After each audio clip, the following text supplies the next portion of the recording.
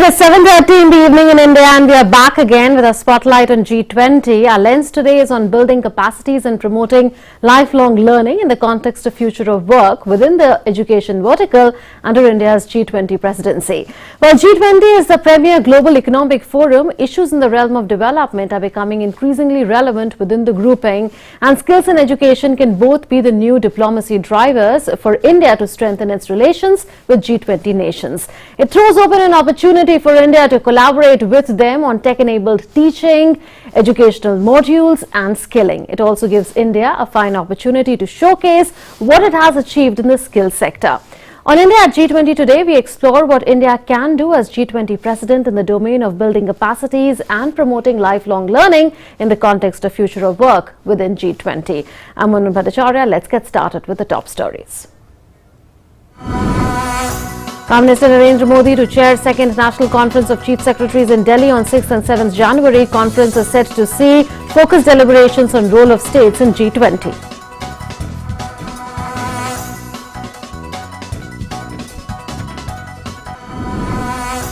Ministry of External Affairs says a special town hall on G20 will be organized as part of Pravasi Bharatiya Divas plenary in Indore from 8th to 10th January.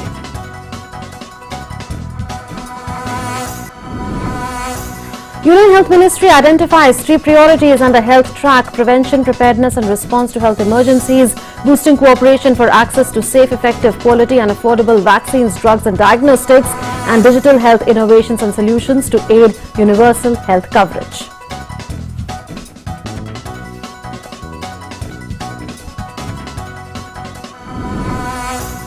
Information and Broadcasting Minister Arunach Singh Thakur visits Guwahati, takes stock of preparations of Youth 20 group meetings as Guwahati gears up for hosting the first Y20 group meetings in February. Union Minister says holding G20 presidency during Azadi Ka Amrit Kaal is a matter of great pride for India.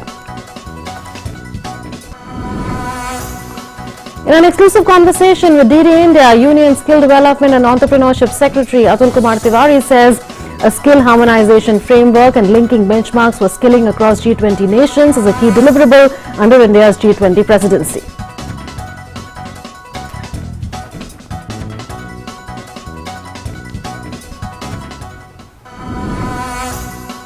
And G20 becomes the official theme of the International Kite Festival 2023, being held from 8th to 14th January in Gujarat. Here's a look now at why skilling, reskilling and upskilling are amongst the biggest requirements of the present times, what India is doing on that front and how G20 countries can collaborate in this domain.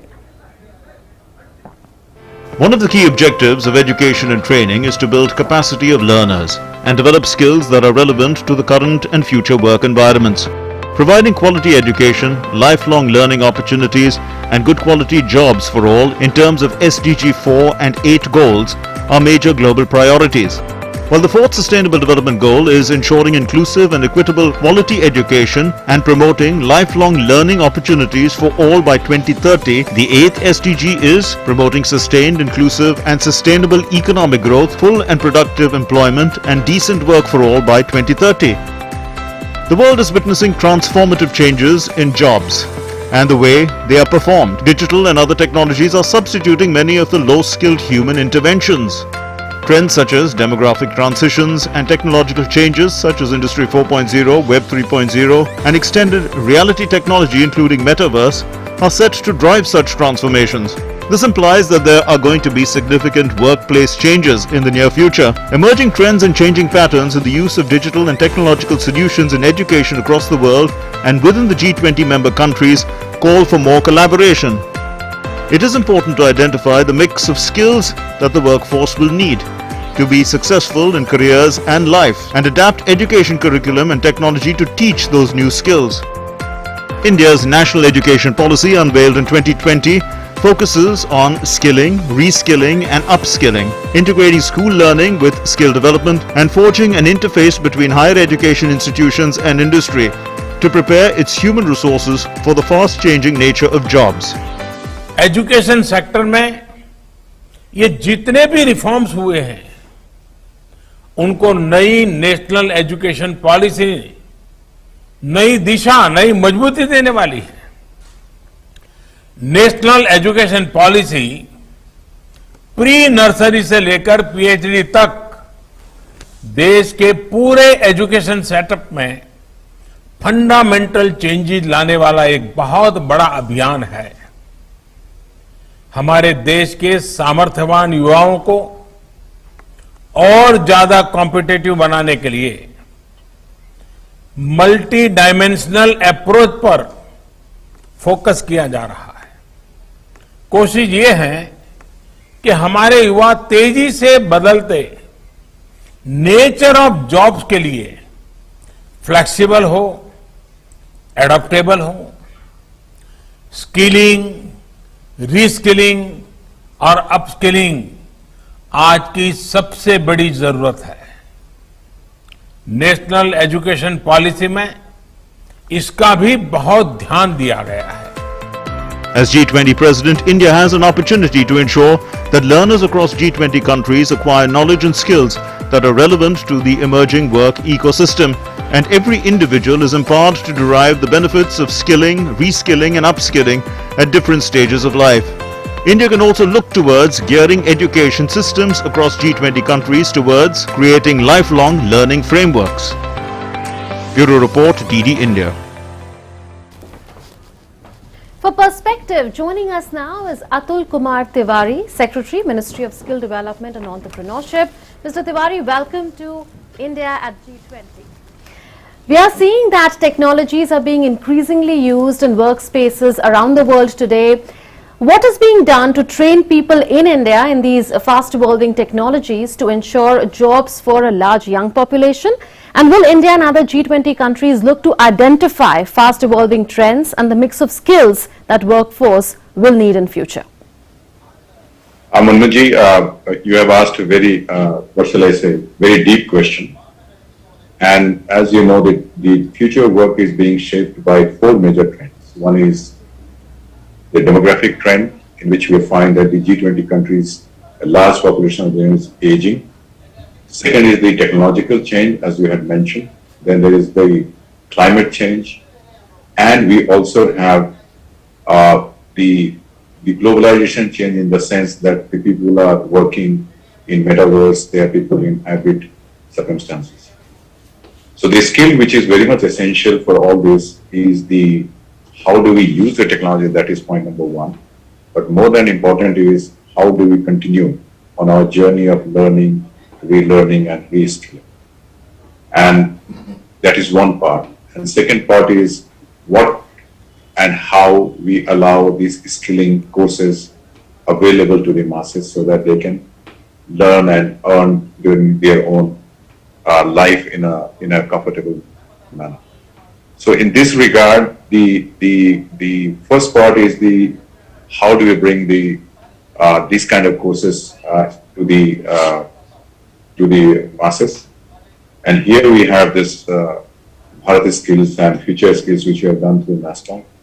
So there are online courses which are available, and the candidate can, as it suits him or her, can learn and improve their skilling quotient. India is also very important in the sense that we have a digital economy, which is quite an envy of the whole world. And we have the artificial intelligence, machine learning, big data analytics also. We have done quite a lot.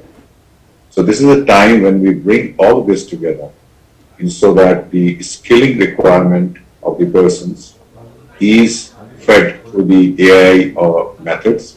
So we know which area, what is the skilling required, that is one. Second is we also tailor the skilling in the terms of artificial, by using the AR and VR system also. So the way the technology is changing, we find that all the skills, the job roles which we call it, they are getting obsolete within 3 years. So there's also a need for us to have a system whereby we continuously reimagine the skills which are required, use the technology, and for that also require very robust working system, which we are also working with the NCVT and with the sector scale councils and with the industries.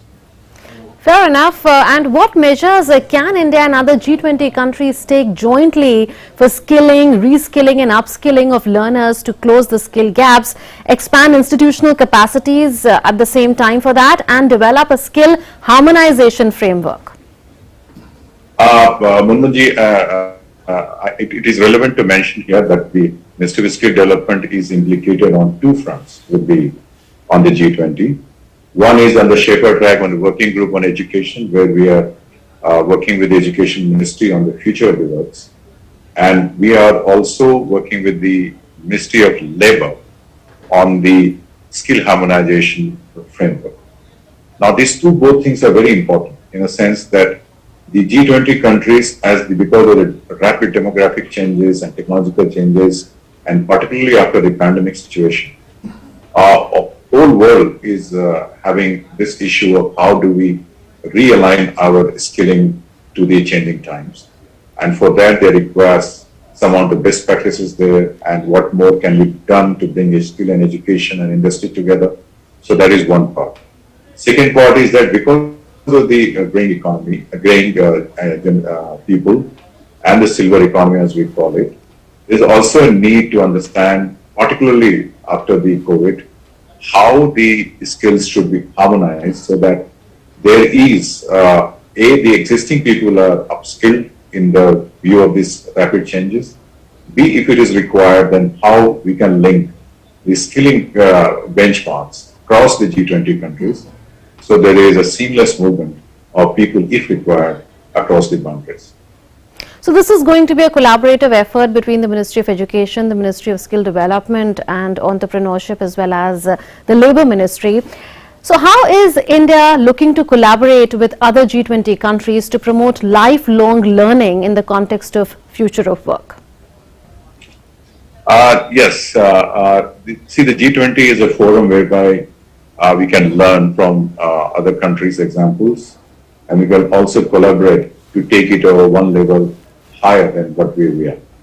So here, the future works, we assume that by working together and learning from each other, we'll be able to indicate on the ways in which the skilling and education and working environment can be brought together in a sense that what has happened may not work in the changing circumstances. So what are the levers that will change? And on that levers, what kind of changes will be required in skilling and education as well as the working environment? And this is something which we'll need to work together to evolve a common strategy so that we can be taken forward for the better use of all the member countries. I will take up the issue that you brought up of integrating education with skill development in a bit. But before that, is India looking to collaborate with other G20 countries to build robust digital learning ecosystems? Certainly. As I told you that we have moved quite ahead in the digital learning ecosystem in our country. And there is also a vast amount of education material available in the other countries. But the idea is to link them in a manner that it is win-win for everyone. The content, etc., is also suitably indigenized to meet our requirements. So we will have to do is that we have to divide the skilling and education requirement in different levels. Insofar as the lower levels or rudimentary levels is concerned, that can be met out of the country's examples. But insofar as higher skilling is concerned, as we call in our parlance NSQ of 5, 6, 7 and above, these can be made in a more collaborative manner among the countries and the education and skill providers. Okay. And NEP 2020 proposes integrating education with skill development ecosystem. You also referred to that integration. Will G20 be a platform for exchange of best practices and for collaboration in this regard? Murmanji, we already have digital ecosystems in education. Also, we have the SWAM, which is then we have Skill India Digital is there. We have Future Skills of NASCOM and Path Skills, as I talked to you about. And many countries also have the G20 solutions to capture jobs, learning and skilling and etc. What is more required here is that we need to work on a system whereby the skilling and education credentials are recognized across the boundaries. There is information about the courses which is available, digital or otherwise, among the countries. And what are the learning pathways as well as where are the working requirements. Now, as I was telling you, as you know already, that the India's national education policy, the way it is going to bring a transformational change, is quite a benchmark in the among the countries, and certainly G20 will give us an avenue to explain what all the inherent things, principles which we are trying to do in national education policy, how we are trying to link the education and vocational education together, and what are the technological changes which are trying to bring about, whether in terms of the NETF, whether the Economic Bank of Credit, whether it is the digital university, or we have this student registry, how we are linking the education and skilling portals along with the work portals together. So there are quite a transformational changes which are happening, which are made possible by integration of different platforms, and with the help of technology. Certainly, we will have a lot of things to talk about our national education policy and kind of the steps that our government has taken to bring them into reality. So benchmarks have been set and best practices are going to be exchanged at the G20 forum. To summarize, what outcomes can be expected in the realm of skill development under India's G20 presidency? Manmohanji, G20 by its forum works with the consensus. So first of all, that I'm sure that a lot of work has happened, some work has happened earlier in the G20's years as well. We expect that there will be a better appreciation of technical challenges related to skilling, and this will get reflected in the papers and publications and hopefully in the ministerial declarations. We'll also look forward to have some institutional mechanisms that can be undertaken, particularly in the labor working group, which is the global skill maps and harmonization of all G20 countries. We also hope that we'll work towards consensus on developing common skill taxonomies and skill harmonizations and common technological resources. That is only on the harmonization part. Insofar as future work is concerned, I think it will be possible to develop a roadmap for identifying skills for future workforce, so that their careers are enhanced, their income is increased, their welfare is ensured, and through a what shall I say, human-centered and intergenerational and anticipatory policy responses, and so that the benefit of skilling and education are brought to every individual as much as possible. Thank you so much, Mr. Tiwari, for speaking to us and India at G20 and also giving us a preview on what to expect from G20 in the context of lifelong learning for future of work. Thank you. There you heard from Union Secretary Skill Development and Entrepreneurship on what to expect in the context of future of work under India's G20 presidency. Now let's get perspective from an educationist and industrialist. Joining us is Dr. B.V.R. Mohan Reddy, Founder Chairman Saint Limited and Chairman Board of Governors IIT Hyderabad. Mr. Reddy, welcome to DD India. We heard from the Skill Development Secretary about how under India's G20 presidency, India will work with other G20 member states towards a skill harmonization framework and linking of benchmarks for skilling across G20 countries. As an industrialist and educationist, how do you see this effort of the Government of India? Thank you, Manmohanji, for inviting me for your program this evening. My greetings to all your viewers. I think I completely align myself in what Mr. Tiwari talked about so far in terms of harmonization of skill framework in the future between the G20 countries. I think what we see at this point of time is enormous amount of need for that, because there are three dimensions in which we think that the whole world is moving. The first one is acceleration of technology, and this technology is impacting every potential industry. And the third one is every potential job. We couldn't have imagined that agriculture will require technology intervened into it. But today, if you look at the flying of drones, it's basically an agriculturist who also has to learn about it. So the skill requirement of the future is going to be far different from what it has been so far. And it's been an extremely good move by the government in terms of bringing about the NEP 2020. But equally important is now trying to make the future of work, skilling and mobility as a key theme for making sure that there is a fairly large amount of collaboration, cooperation between the G20 countries. So you've shared your priority list for G20.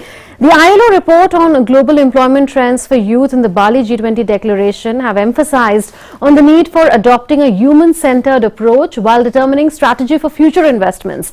In view of the increasing use of emerging technologies in workspaces and disruption in industries that we are seeing, how critical is that, and would you like India to pitch that approach at the G20 forum?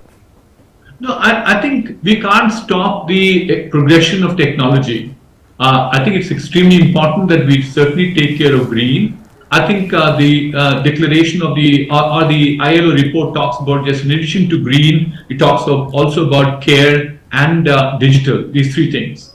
Now, if you look at these three things, certainly their deployment cannot be stopped.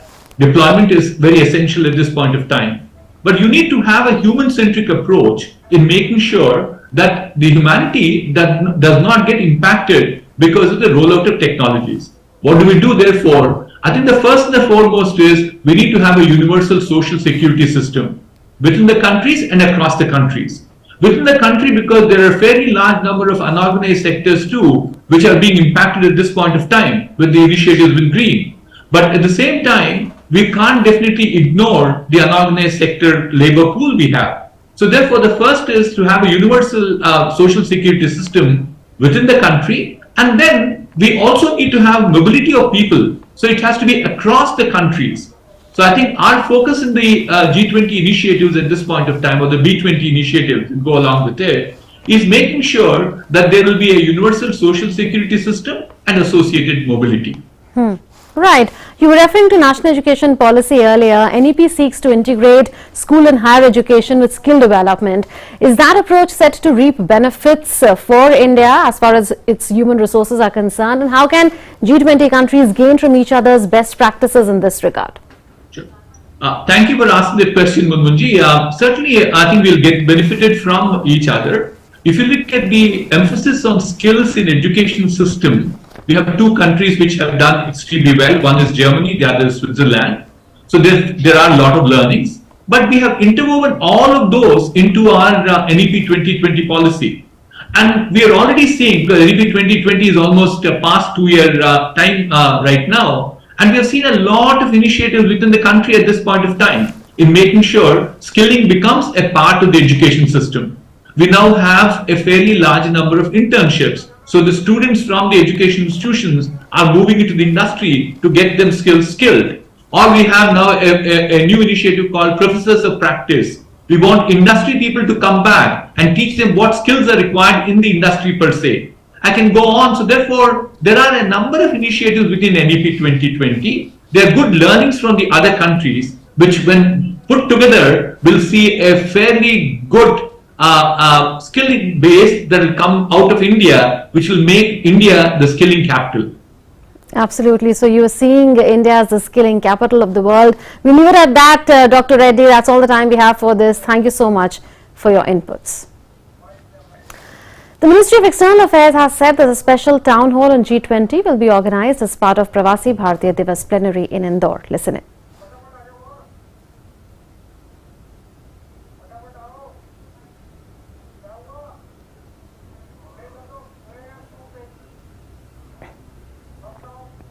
Plenary sessions planned in the PBD on the themes of youth, healthcare, soft power, Indian workforce and women. 4 of these sessions would be headed by cabinet ministers, and again this is the very first time that we have cabinet ministers for various sessions, and the panelists are drawn from different walks of life. Additionally, we have a town hall plan on the G20 where the G20 Sherpa Shri Amitabh Kant as well as G20 coordinator Shri Harshvardhan Shringla will give a presentation on the India's G20 presidency. Just to give you Prime Minister Narendra Modi will chair second National Conference of Chief Secretaries in Delhi on the 6th and 7th of January. It will be another key step towards further boosting partnership between the centre and the state governments. The first such conference of Chief Secretaries was held in Dharamshala in June 2022. The conference is set to see focused deliberations on role of states in G20. So Prime Minister Narendra Modi will be chairing the second National Conference of Chief Secretaries in Delhi. And that conference will be held on the 6th and the 7th of January. It will also witness focused deliberations on role of states in G20.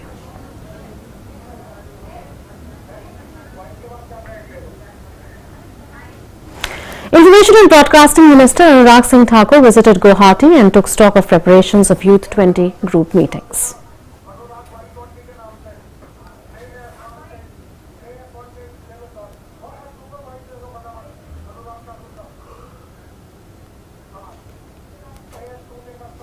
G20 की अध्यक्षता भारत को मिलना अपने आप में एक बड़ा गौरवशाली पल है और इस वर्ष में भारत जहां एक और आज़ादी का अमृत महोत्सव मना रहा है, वहीं पर G20 की प्रेसिडेंसी के माध्यम से ये भी दिखाने का प्रयास है कि कैसे भारत एक मदर ऑफ डेमोक्रेसी है, कैसे इस डेमोक्रेसी में भारत ने अलग अलग क्षेत्रों में शानदार काम किया है। एक Y20 का जो ग्रुप है यूथ के लिए, उसकी पहली मीटिंग का आयोजन 6 से 8 फरवरी 2023 गुवाहाटी में होने वाला है। तो उसके आयोजन को लेकर आज बैठक असम राज्य के अधिकारियों और केंद्र सरकार के अधिकारियों के साथ की गई। Union Health Ministry has identified 3 priorities under the health track. They are health emergencies, prevention preparedness and response with a focus on One Health and antimicrobial resistance, strengthening cooperation in pharmaceutical sector for availability and access to safe, effective, quality and affordable vaccines, drugs and diagnostics, and health innovations in the digital sphere and solutions to aid universal health coverage and improve health care services delivery. The G20 health track of India's presidency will be held on the 18th to the 20th of January 2023 at Thiruvananthapuram. The working group meeting of the G20 will be held on those days. That's it then in this edition of India at G20. Thanks for watching.